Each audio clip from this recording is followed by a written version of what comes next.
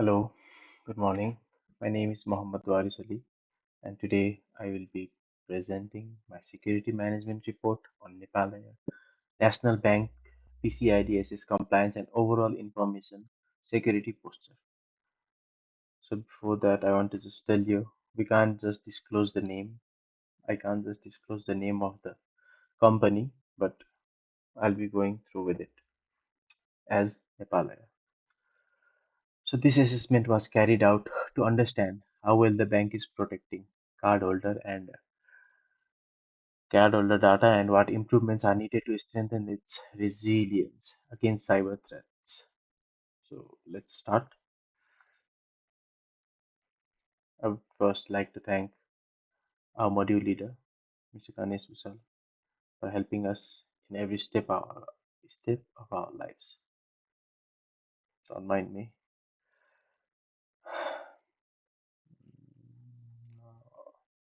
I want to tell you first what's PCI-DSS.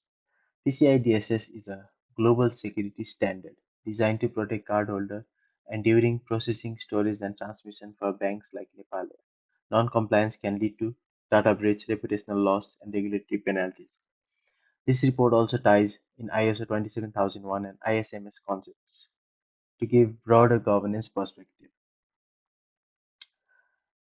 So here I can show you that it's a PDF still.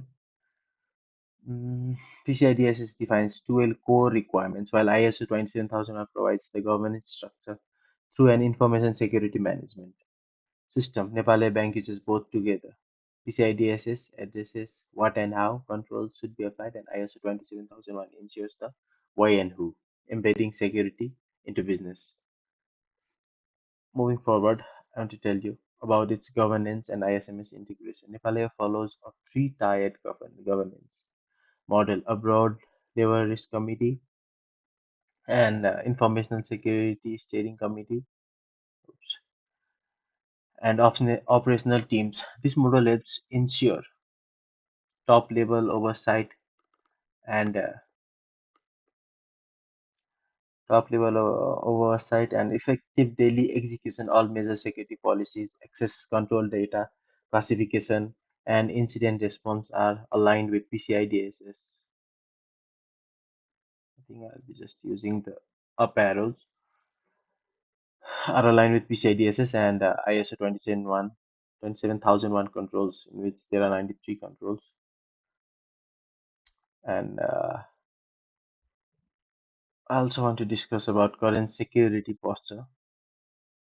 Our findings show that the bank has a solid foundation but still faces challenges. Key issues include immature ISMS in some areas, inconsistent staff awareness, shared service accounts, and third party risks.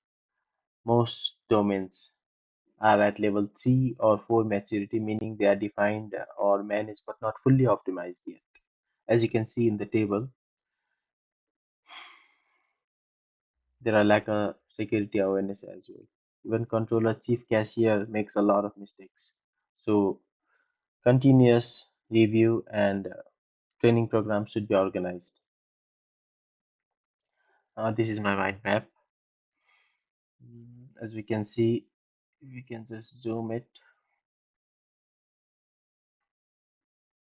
External factors and internal factors, security, impact of emerging technologies are the components. This all shows what an organization needs and about security and frameworks. ISO IEC 27001 provides systematic approach to managing sensitive information. NIST cybersecurity, as we know, this framework is a must for a bank. COVID focuses on governance and management of enterprises, and so on. We can look at depth. Moving forward, this is the current governance activities in the bank.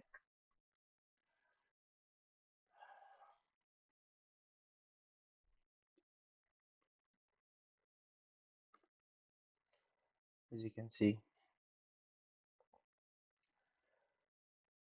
now I will be talking with you about maturity model and findings. The maturity model evaluation mapped 8 domains: access control, monitoring and logging, vulnerabilities management, and incident response are at level 4. Data protection policy, level 3. Third party risk lags behind at level 2. Repeatable. The target is to push all domains to level 4 or 5. As we all know, everyone wants their company to move forward. So these all domains explain everything here.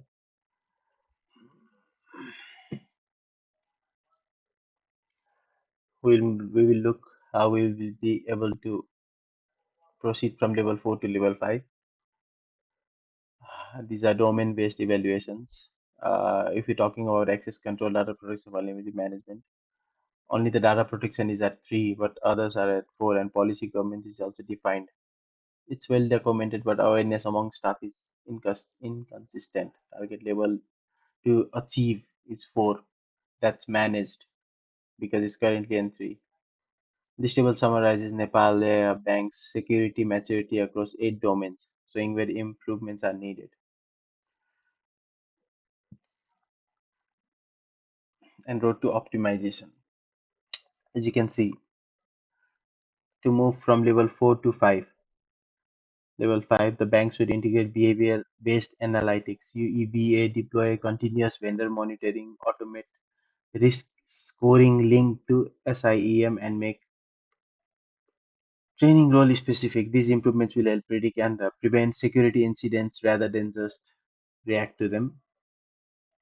And this is a table for InfoSec governance and implementation at Nepal. Some are partial, as we can see. Developing InfoSec strategy, it does not have that. Nobody is doing it, and it's not effective because we have to create awareness for that as well. Establish InfoSec governance. These all topics are about establishing InfoSec governance, which is weaker part. And other controls, as you can see, E means KC, efficiency and effectiveness, E1, E2, and E3. InfoSec department and top management are doing this. And monitoring outcome. Control action based on monitoring outcome is also on partial.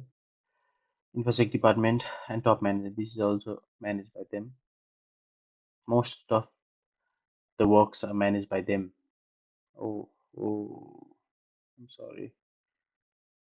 Tools and frameworks. In Nepalaya Bank, it utilizes Splunk for SIEM, NESS, Semantic DLP, Okta IAM, COVID-5, and IT governance alignment. And if you just click in the reference, we can just see who told that. And as the interview went with the person, manager of the bank, as we can see, whom I came to know from a family friend, it was really interesting to see what a bank has to offer. The way of working is way more than I expected. We just see a bank in it, but in real life, it's just a lot of work that we don't see, and they are doing it as well. These are the risk assessment summary. Now, we'll be talking about risk assessments. As you can see, there are 6 weak parts.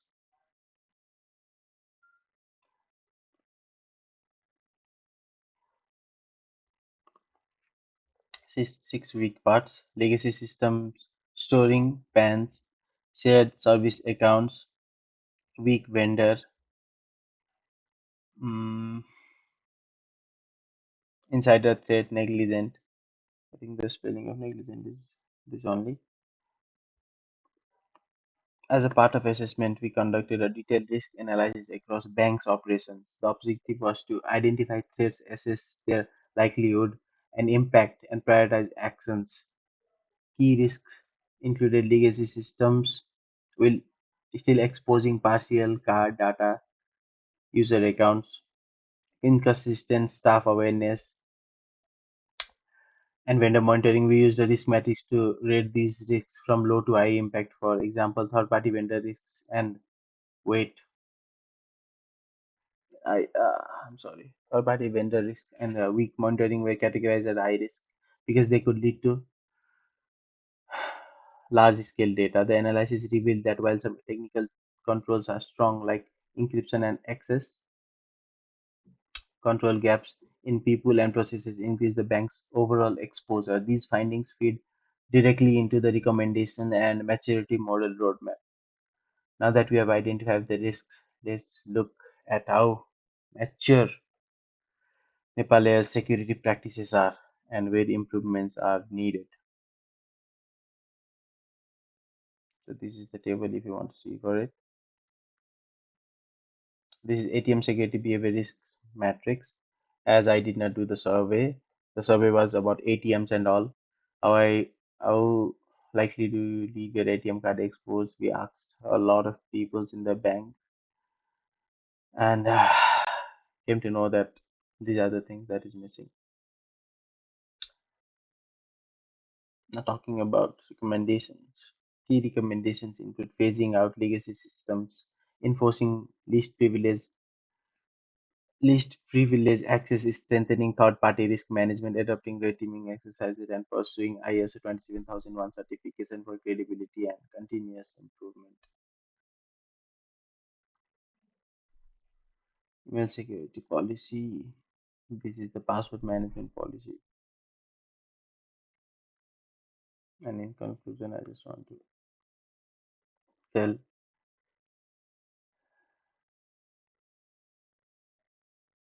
this was a lot of work, and I wish I would have started it sooner so that I would be able to learn a lot while I was doing this task.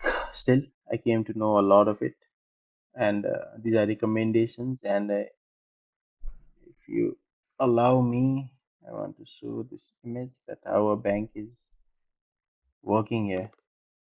Simulated interview. There are so many details that we miss every day, external, internal, security wise, and anything. Mm, what we can see from here is CISO. Uh, as you can see, the BOD is there. First, I'll just tell you. Wait a second.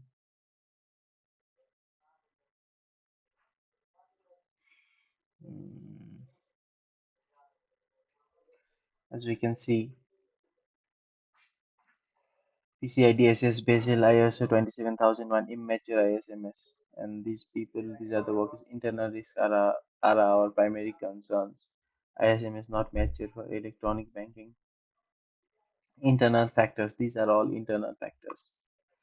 As we can see, immature ISMS, the bank's information security management system is not fully developed or aligned with standards like PCI-DSS, Basel, or ISO 27000. Governance gaps, no dedicated InfoSec strategy.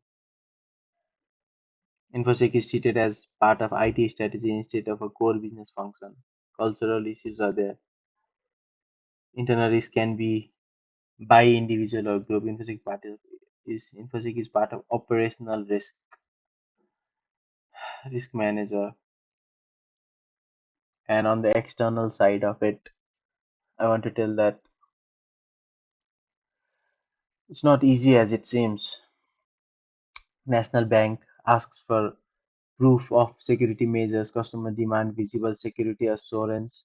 National Security Agency monitors external threats, attacks from cyber criminals, hackers, and vulnerabilities in vendors. There are a lot of it. Or ISPs. External attacks are challenging, but internal weaknesses make it even harder to protect data. Third party risks. And these are the core issues highlighted here. Lack of ISMS framework and standard policies and procedures are missing or not formalized. Inadequate security awareness. Employees or managers lack the right attitude toward the security and auditing. Inconsistent training. Employees don't get enough targeted security training. Overall, this visual shows how gaps in strategy, culture, and governance internal create vulnerabilities that are worsened by external threats and regulatory pressures. The central theme is that Nepalaya Bank security program is compliance driven, soiled, siloed, and lacks maturity, making it difficult to handle both internal and external risks effectively. So this is me.